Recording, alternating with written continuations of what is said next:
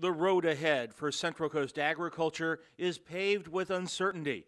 Major potholes include a chronic labor shortage, a strict regulatory environment, and the drought. When will it end? And what will future supplies look like for an industry that uses the most water per acre in the state? Constantly looking for it and spending a good amount of money trying to find it. Russell Doty is a fourth-generation avocado and lemon grower in Elwood Canyon. I would like to be optimistic. I don't want to be the fourth generation and the last generation here. The drought has taken a toll on the sprawling Las Barras cattle and avocado ranch along the Gaviota coast, which is for sale. We've had to reduce our herd size by at least 50%. It's really unfortunate and sad. The lack of federal immigration reform has led to a crippling labor shortage for Central Coast agriculture. It's harder for people to come here, and a lot of our labor is immigrant labor. When we pick, we have to pick now.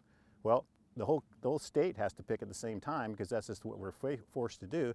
But we don't have the labor to do that. Then there's federal, state, and regional regulations for agriculture. Many in the local industry say they are overreaching. We spend hours upon hours in the office instead of out in the fields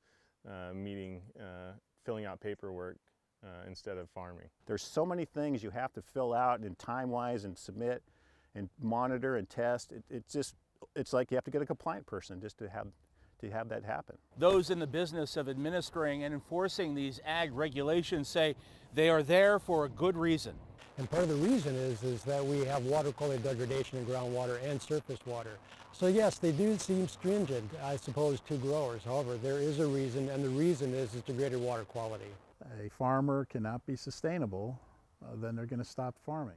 Steve Pepe has spent the past 20 years growing wine grapes in northern Santa Barbara County and has decided to lease out his vineyards. If the vineyards and if the row crop guys are not sustainable, then what's going to happen to the land? And we saw what happened in the San Fernando Valley, and that's where we're heading unless there's a change in attitude in the county. With regulations, labor shortages, and historic drought, agriculture on the Central Coast is at a pivotal crossroads. There's so many things chipping it away at our profit margin, so many nails going in the coffin. At some point, I feel sorry for the younger generation, that are farming and want to be farming. You have to make money. It doesn't make sense if you don't make money. This is our livelihood, it's our business, it's our family, it's our tradition, and I'd like to keep that going. In Santa Barbara County, Keith Quarles, News Channel 3. Once a week to once every other week to keep them healthy. They don't require as much water as the avocados though. You got to be on top of those every week, getting them what they need.